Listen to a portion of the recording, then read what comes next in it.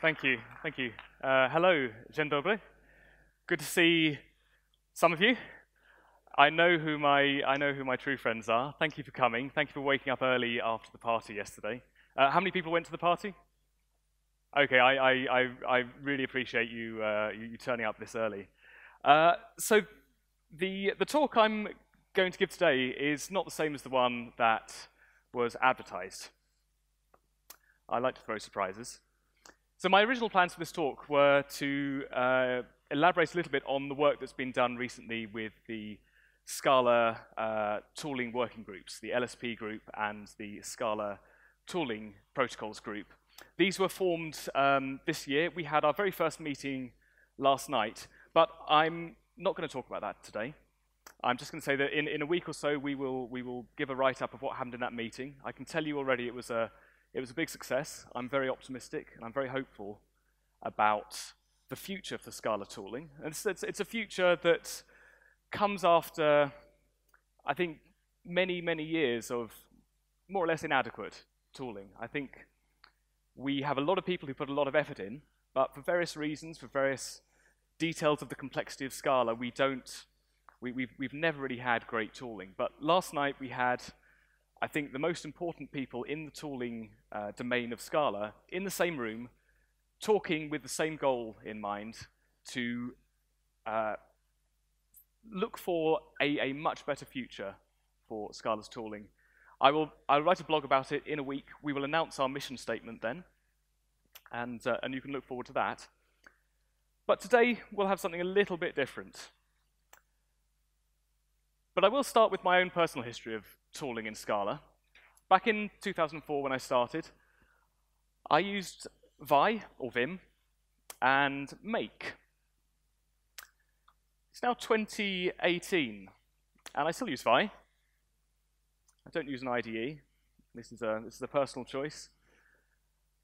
Not the choice that many people make, but nevertheless. And right now I'm currently between build tools. So in terms of build tools, it was Make in 2004. By 2005, I was using Ant.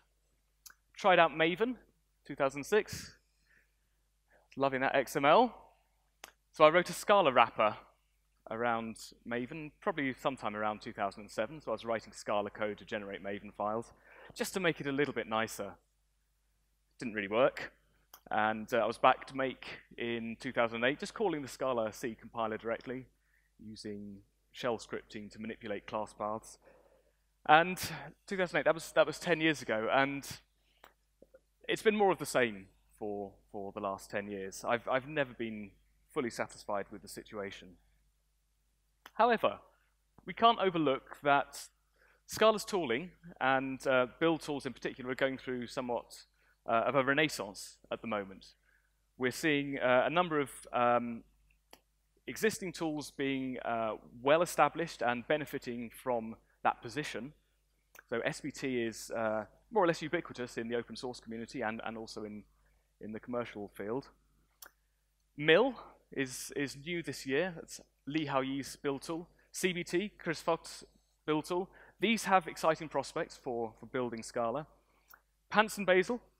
These are interesting alternatives which I know a little bit less about, but they take maybe a slightly different approach from others.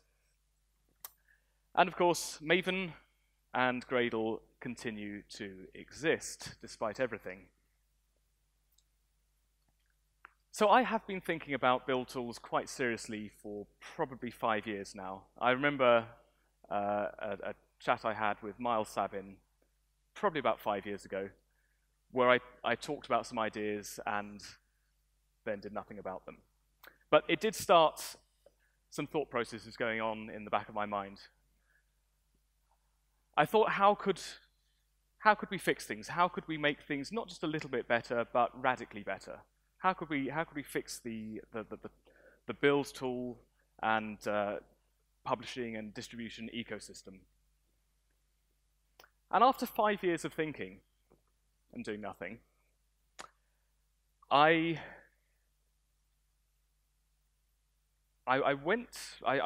think my thoughts evolved to a place that was so far removed from what most other people were thinking, that it became something that is much more radical than, or revolutionary than evolutionary. Now, people at the front, can you tell me, if you can see, can you tell me what this is?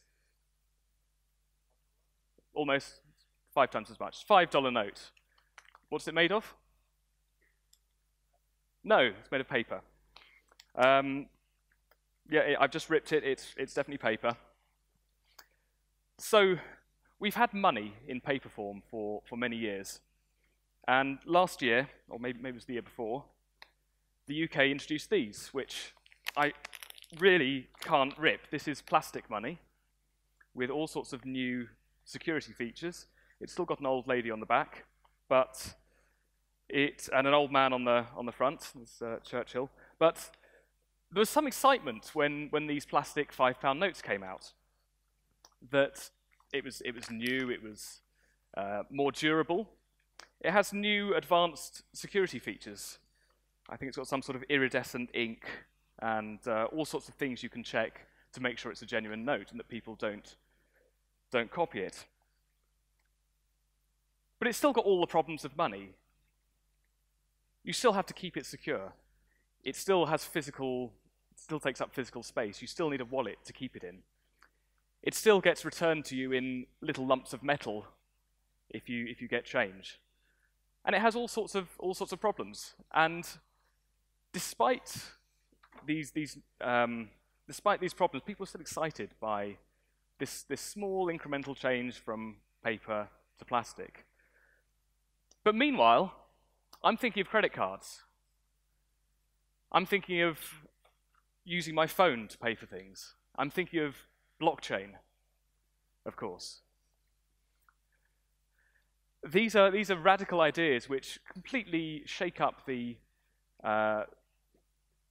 established ideas of what money is and how it works. So what's the problem? There are a lot of people who are still very happy with the build tools they use.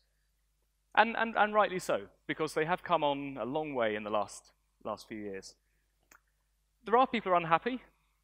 Speak to me about my experience, speak to Rob Norris. We've had issues, and things are, I think everyone must admit, far from perfect.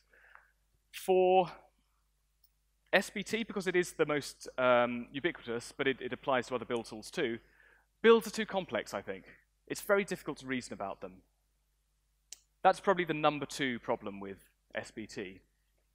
The number 1 problem with SBT is that I haven't bothered to learn it because I'm lazy. Publishing is still painful. Would you like to play a game? This is a game I wrote. The URL is there. You can play it yourselves if you want. But let's play it as a team. So I'm going to read this out. You've written a great open source library for Scala. It uses type classes, the cake pattern, with a couple of macros. You feel like it demonstrates your mastery of high-kinded types and type constructor polymorphism, and you're generally quite happy about life. But you want to share it with all your programmer friends who are keen to try the library out for themselves. How should you proceed? Right, let's vote. Who would like to publish it on a Sonatype repository or a service nobody's ever heard of? Sonatype? The other service?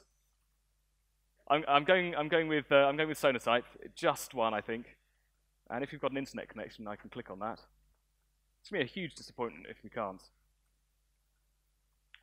Okay. So I used some online service for creating this game. Well, that is sad. It's been running happily for 7 years since I wrote this, and it was. No, it's just not playing. Let me try. No. Well, that's. I ask you to pay attention to this. Oh, you can't quite see it. It says runtime error. It doesn't say compile time error. So that is why you shouldn't use. What language is this? Something Microsoft, isn't it? Okay. Well, that's screwed up this part of the talk. Anyway, publishing was painful 7 years ago. It's still painful, and if that URL works for you, you can follow that and you can play the game, and it's quite fun, and you will still completely fail to publish anything. But the problem's not just the build tools, it's the ecosystem as well, and I'm going to elaborate on this a little bit more. What happens between Scala 2.13 being released, which will happen in the not too distant future, and you using Scala 2.13 in your project? Now there is a gap in the slide here, as you can see. Can anyone tell me what happens immediately after Scala 2.13 is released? So shout out louder. Libraries, which ones? Okay, but you can't publish something unless all of your dependencies have been published as binaries. So what happens first? No. I might have heard it, so no, almost. No. No. Yeah, there's the answer. I heard a voice I recognized. Sebastian Duren will publish Scala.js. I think he told me yesterday within 2 hours, so faster than my slide suggests, within 2 hours of Scala 2.13 being released. He will get messages from people saying, please hurry up and publish because I want to use it. Because everybody depends on Scala.js. Maybe not for their JVM published libraries, but published binaries, but their projects depend on Scala.js. That holds up the whole ecosystem. Day 2, Bill Venners will either publish something himself, or he will. I know what Bill does. He will pay somebody to help him do it. He's an open source developer, and he's paying someone to do the publishing for him because it has to be done at this time because people will shout at him if Scala test isn't available. He will be holding up the community through no fault of his own if he doesn't publish Scala test.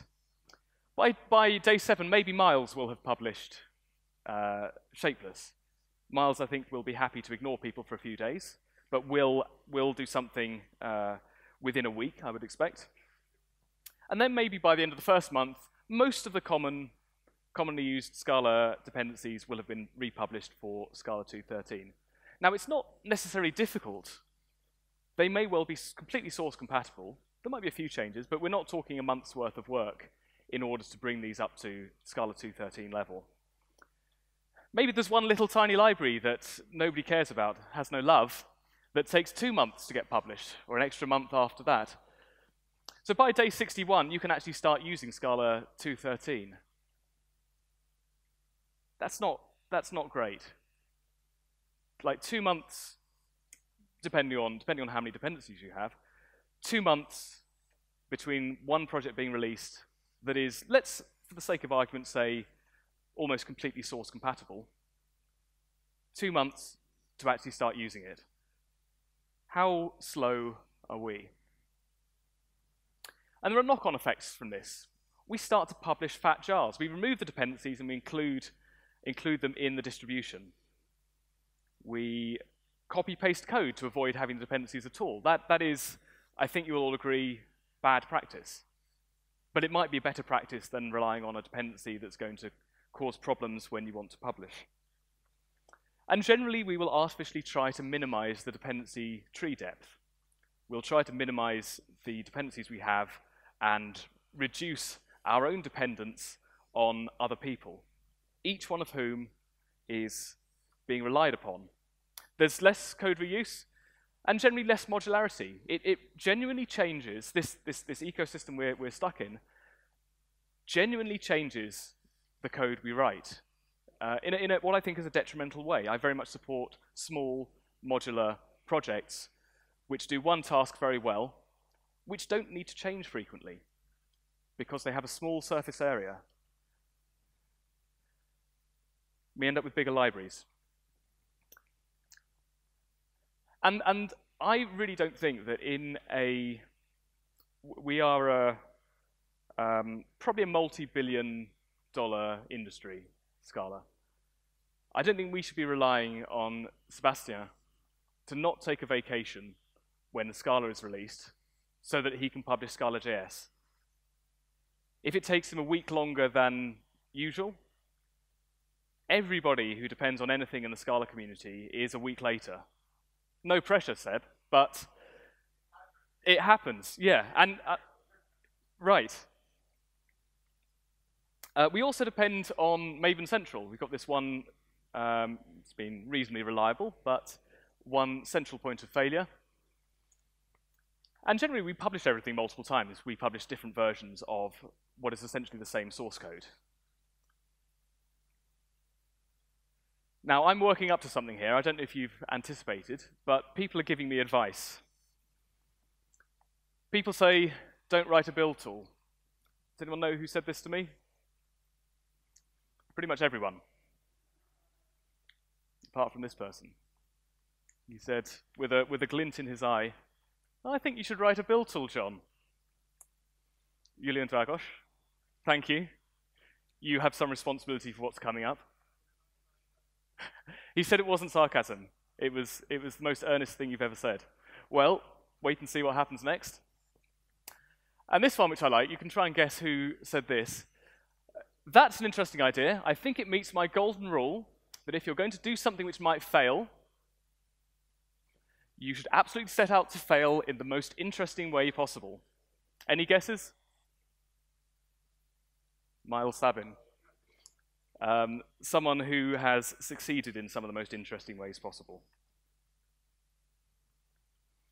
So I'm going to make an announcement today, and on 17th of April 2018, I'm going to look forward to 5 years' time, 17th of April 2023, and I'm going to think, what might I regret about anything I announce right now that will come and bite me in the backside because I've completely messed up the entire ecosystem for everybody.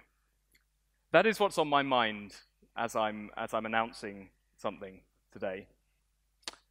And I'm also thinking about Rory's keynote yesterday, where a big theme of that was to not reinvent wheels. I think that's true a lot of the time. I think often wheels are reinvented. But what I hope I'm going to do today is to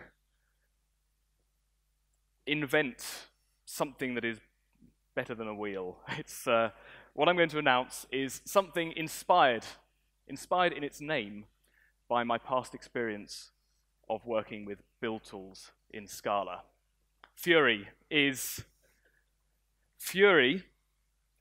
a dependency manager for Scala, which has an aspiration to disrupt the ecosystem for the better. And it also builds Scala. But primarily it is a dependency manager, doing one task very well rather than trying to be everything for all people. And I made a few design decisions, which are maybe different from what other build tools have, other tools which call themselves build tools have made. I'm going to use source dependencies.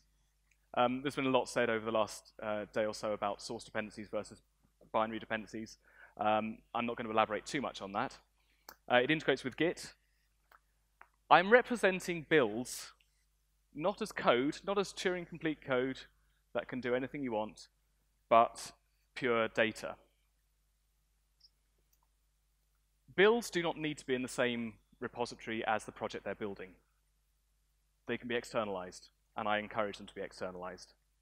I'll elaborate on each of these a little bit more later. The builds are distributed. There is no central repository. I have a public-private key-based trust framework, which I think is a necessary part of the distribution model. The main interface is a command line interface. You don't have to write code. You don't have to write any sort of definition in some format. You run commands, you modify a model, and use the command line with, and I'm very proud of how well it's working so far. It has really great tab completion that makes it really easy to use and to discover features. And it uses Bloop for compilation. So source dependencies. I think, I'm very briefly going to say that I think this is probably the better of the two options, source or binary. I think the most important thing is that you should not appear compatible by chance. And that tends to happen a little bit with binary dependencies. They happen to arrays to the same API, and code works, but you feel a little bit uneasy about it. It was never meant to link. We can also cache hashed.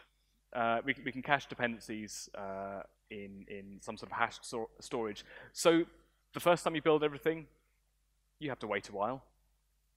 But you could have a cache. Your company could have a cache, and you could save a lot of time that way. This one's very important. In order to understand builds, actually, I'll ask a question.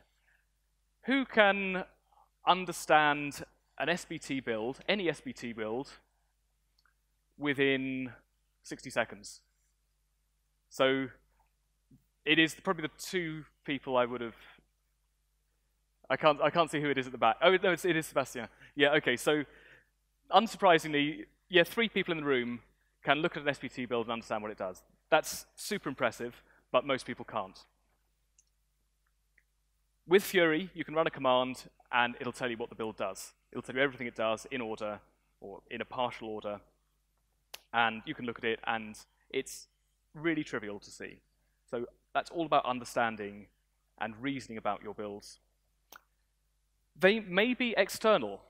Now, for all the talks I give, I cannot honestly persuade the entire Scala community to suddenly switch to a new way of building and publishing. However much influence I have, that's beyond me. But actually, I don't need to. I don't need to persuade people to stop using SBT or anything else. A Fury build can exist in parallel with other builds.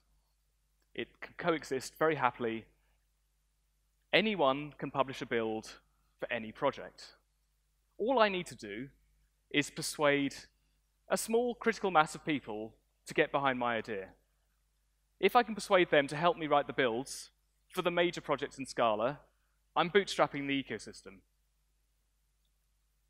I'm bootstrapping the ecosystem with a simpler model for how builds work.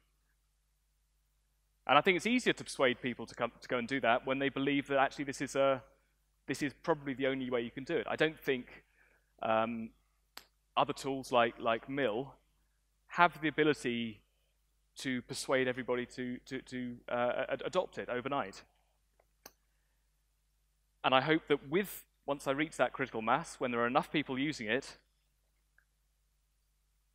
that the ecosystem will genuinely blossom, and it will be a much more motivating idea to switch to Fury for doing your builds. It's distributed. There is no central repository. You publish to a Git repository on GitHub or Bitbucket or GitLab, wherever you want. And as part of that, you will have to sign your builds. You can't have people just publishing anything without it being checked in some way. So if you depend on something, you should check the signature. If Shapeless gets published and the build is signed by Miles Sabin, it's probably good. I haven't persuaded Miles yet, so if the build is signed by me, it's probably not quite so convincing, but it's probably still okay. If it's signed by some random person on the internet, sure, try it. It's only going to build or fail. But maybe you want to have, maybe you want to pay a little bit more attention to whose work you are depending on. So we have this trust framework which works on signing with GPG keys. And the command line interface. I really like doing things on the command line. I know not everybody does. People like graphical user interfaces. But Git is a great example of something which has, whose primary interface is from the command line. It has good tab completion, and all in all, it's a very good user experience, very much suited for the sort of people we are, I would say. Most users of computers prefer graphical user interfaces and an intuitive interface, but if you're using a tool frequently, you want the fastest access possible to modify things, to interact with it. And I think a command line provides that. It runs on Nailgun, so it's super fast. We have tab completion, which can do some quite advanced things with reading parameters and changing the completions available depending on the other parameters. I've done all that, and it's actually very it's a really great experience to use. And I've chosen to use Bloop, or rather, Bloop has enabled me to do this at all. I said I spent 5 years thinking about build tools and doing nothing. Bloop was really the enabler which made this possible. I find it a difficult problem to go compiling Scala code fast. And thankfully, the Scala Center has developed Bloop, which, if you don't know it, is not a build tool. Bloop is a build server. It's a wrapper around Scala which keeps a compiler hot, keeps the JVM hot, with all the classes loaded, or all the class paths loaded. And actually, I don't normally include GIFs in my talks, but I actually captured some footage of Bloop in action, keeping a hot compiler spinning, and then when a compile arrives, it spawns off workers to work on it. So here's the footage. There's Bloop. Look at it go. Look at that. And then spawning new workers there. How about that? Bloop is super fast. It is really, really impressive. And it has changed my way of working. I'm developing Fury using Bloop. Yeah, you're watching because you just can't believe they're doing it. There we are. That may be the only GIF I ever have in a presentation. So I've got 13 minutes left, and I'm halfway through the slides. Same old story. Okay, so the build model for Fury is relatively simple. I want people to understand it quite quickly. We have modules and projects. They correspond to submodules in SBT and projects. A project consists of several modules. We have overlays and universes. These are a means of making dependencies available to projects. And dependencies, which are very much your intuition of them, and resolutions, which are a necessary aspect of universes. I'll explain that in a second. So let's look at what a build is. How am I able to represent many builds as just data without code? Well, the fact is, when you compile something, there's only really 4 inputs to that. You have a compiler. You have some flags for that compiler, maybe including plugins. You have a class path, and you have some source files. And the output is more class files, which can pipe straight into the next phase. That's kind of simple. We can join the phases together into a graph. And if all I'm doing is compiling Scala, that's kind of all I need to do. There are exceptions. There are other things people like to do. And maybe I need to make ways or provide ways of handling those. But essentially, what most projects will do is build Scala, produce class files, use them to build more Scala in a probably not a huge graph. But we have dependencies as well. Dependencies make things complicated. And I have the concept of an overlay for handling dependencies. An overlay, if anyone has used Portage on Gen 2, you'll be familiar with. An overlay provides some number of projects, makes them available to you to use as dependencies. So this is probably best explained with examples, which I'll have on the next slide. But you could pull in some number of overlays into your project. You could then depend on the projects that are provided by those overlays, and you could build based on those dependencies.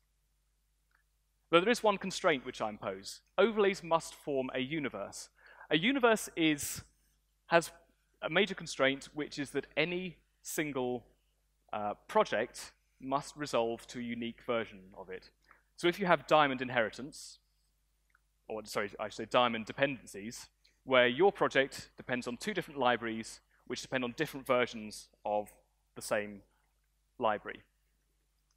That causes problems because we have a shared namespace on the JVM, and we have to resolve that somehow. One way to resolve it would be to just pick one version over the other. That's what Maven or Ivy or SBT effectively does. Sometimes it works, sometimes it doesn't, but that's a user choice in Fury. Maybe you want to shade one of those. You don't need it transitively, so just shade one version of that namespace so it's not visible externally, but still usable from within that project. Maybe you actually need to put a bit more work into this. Maybe you need to run a Fury command which automatically pulls a project out of source control into your local workspace so that you can modify it. You're effectively forking one of your dependencies in a single command so you can go and fix it. And then you can send a PR straight back to the author to say, I've added compatibility for these two libraries. Maybe you fork the build. Maybe it's not the library you fork, it's the build that you fork. And you can likewise PR that back to the author. I'm encouraging the ecosystem to be fluid. I'm encouraging everybody to contribute back to all projects without the constraints, in many cases, of the author needing to accept them. So that's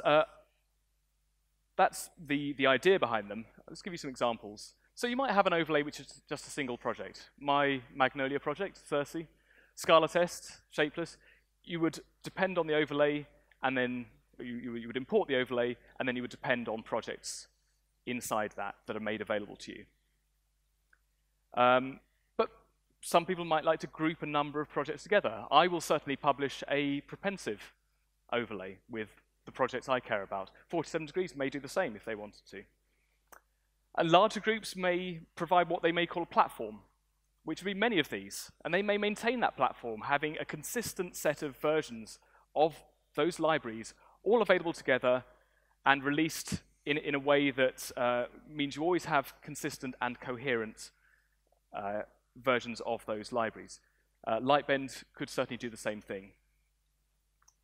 And we could have, I mean, we indeed already have a community build, but we could represent that as an overlay, where the overlay is composed of trees of other overlays. They all stack up, and at every stage, they must be a universe. They must be coherent. Every project must resolve to a single unique version.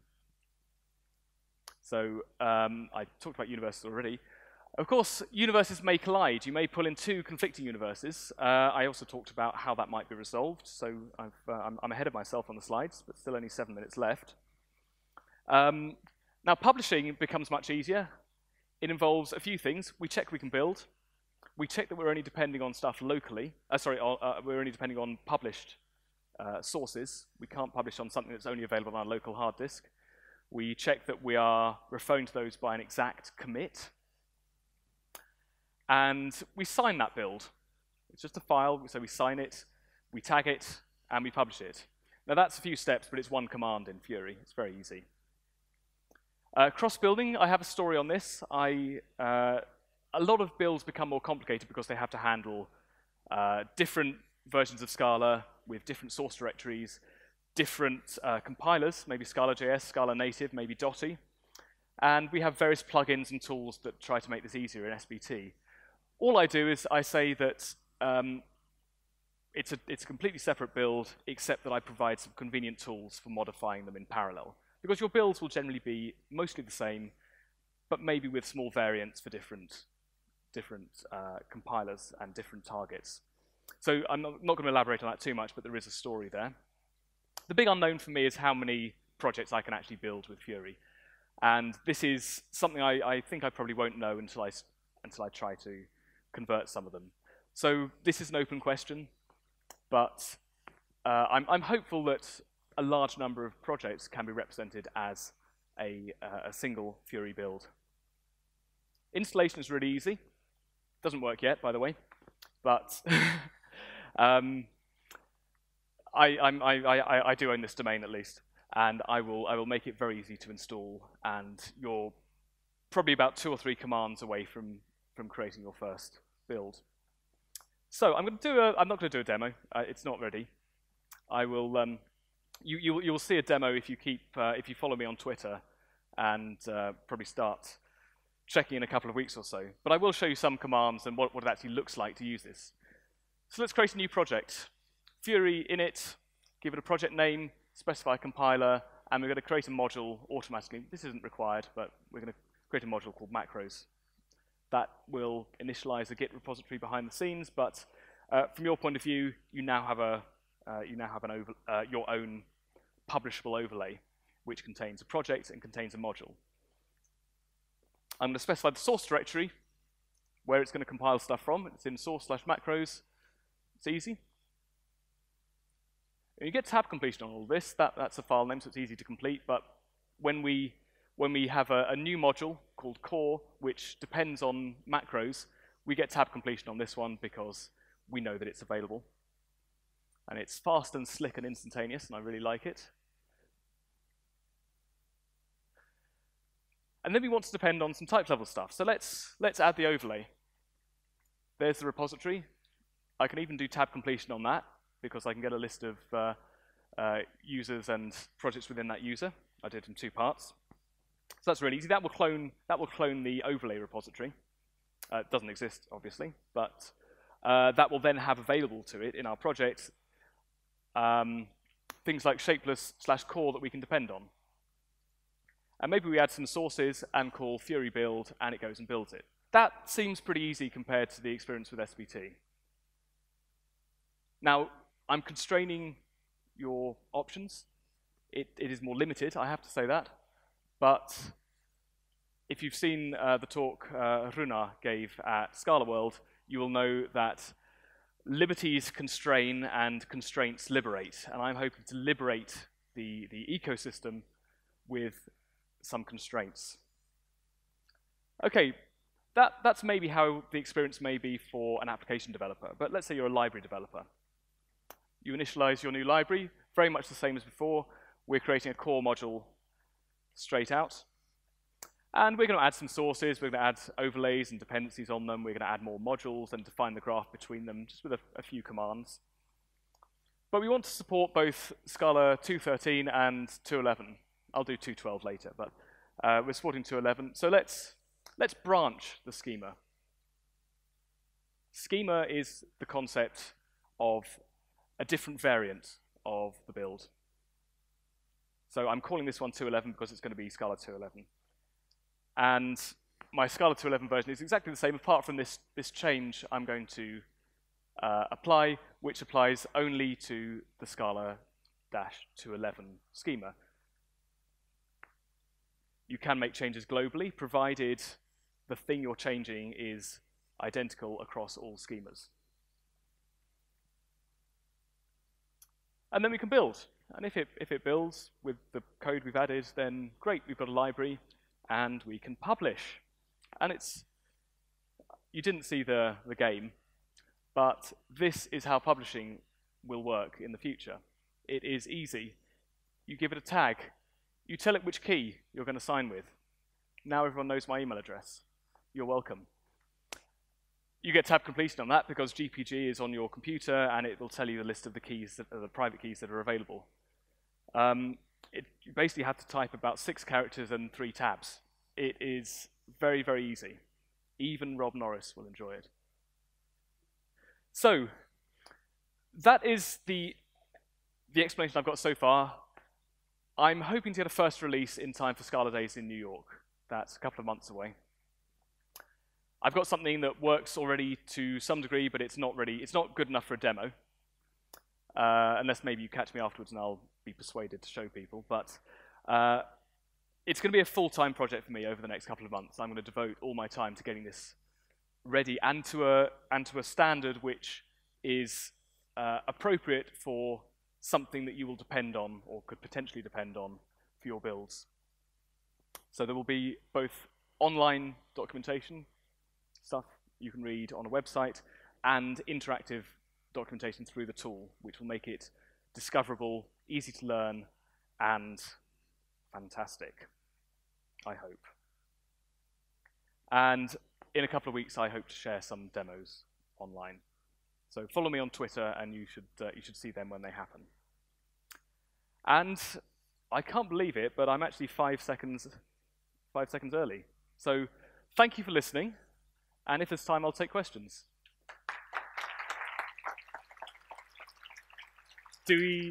Thank you. Do we have a mic? Right. Any questions? Oh God, Sam.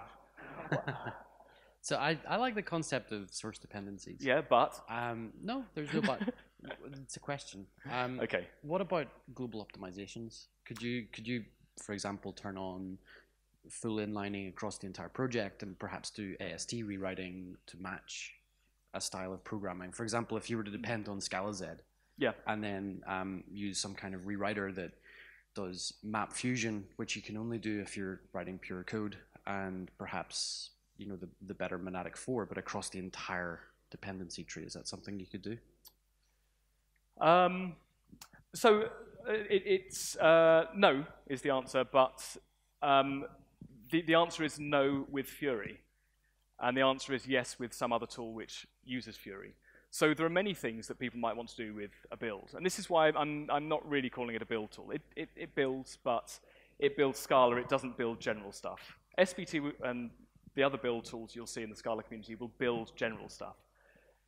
Make will build general stuff. You can use make to call Fury, do the Scala building, and then get a jar file out of that and modify the jar file, or get details of the dependencies out of it. Does that fit the way that particular tool would work for you? I'm thinking more optimizations that need to happen at compile time. Are these compiler plugins, or? Well, there is the optimizer in Scala 2.12, for example. Oh, you can add flags. Flags are trivially added, and you can do that globally if you want. Right. See, this is exactly it. Okay. You can't do that with Maven Central because you're given a binary, which means. Oh, right. Yeah. Yeah. So yeah, that is possible after all. Forget what I said about it not being possible. Okay. You can totally and also, if you could add an additional compiler plugin that would do some additional AST rewriting, that would also be useful. Yeah, yeah. I mean, those are advanced features, I would say, and I need to work out the ergonomics of the command line tool as to how you would specify those on your entire source tree. But yeah, it's intended to be possible. Yeah, another question. Hey, have you thought about IDE support? No, I haven't, especially. But the reason is because the interaction with the tool is very simple. It's designed to be callable from anything that can call a shell script. So, as a sort of lowest common denominator input API, you have the command line. Now later, I will probably add much richer APIs for interacting with the tool, and that's something that an IDE would certainly be able to support. And this relates a little bit back to the work that's going on with the working groups on tooling, and I'm on both the LSP and the Scala tooling protocols group, and it's the sort of thing that we will discuss. Do we have a common interface between build tools? Maybe that's BSP, if you're aware of the BSP proposal. And that's something I would certainly be happy to support, because I'm intending for it to fit that model, yeah. Have you ever already discussed with creators of build tools like SBT, CBT, and so on? Whether sorry, I missed the have you already discussed with creators of other build tools whether they are interested in your work, whether they would like to use it instead of Ivy or Cursor? I've spoken to a few people over the last couple of weeks. Did you say tools developers or library developers? I've spoken to a variety of people about build tools developers.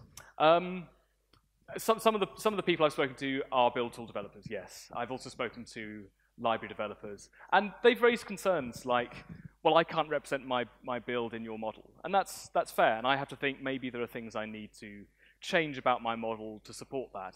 If they have code generation, that's something I'm thinking about the best way of supporting. I think there are enough projects which do code generation that mean I need to find some way of supporting it, but that won't be something I will solve straight away. But it is on the agenda. Just as one example. Stu, was it Stu, or you were just carrying the mic? Let's come to the question. End of questions? Running out of time. Okay, yep, I'll be outside for the rest of the day. So come and chat to me. I would love to hear your thoughts, criticisms, ideas, and anything else in between. Thank you.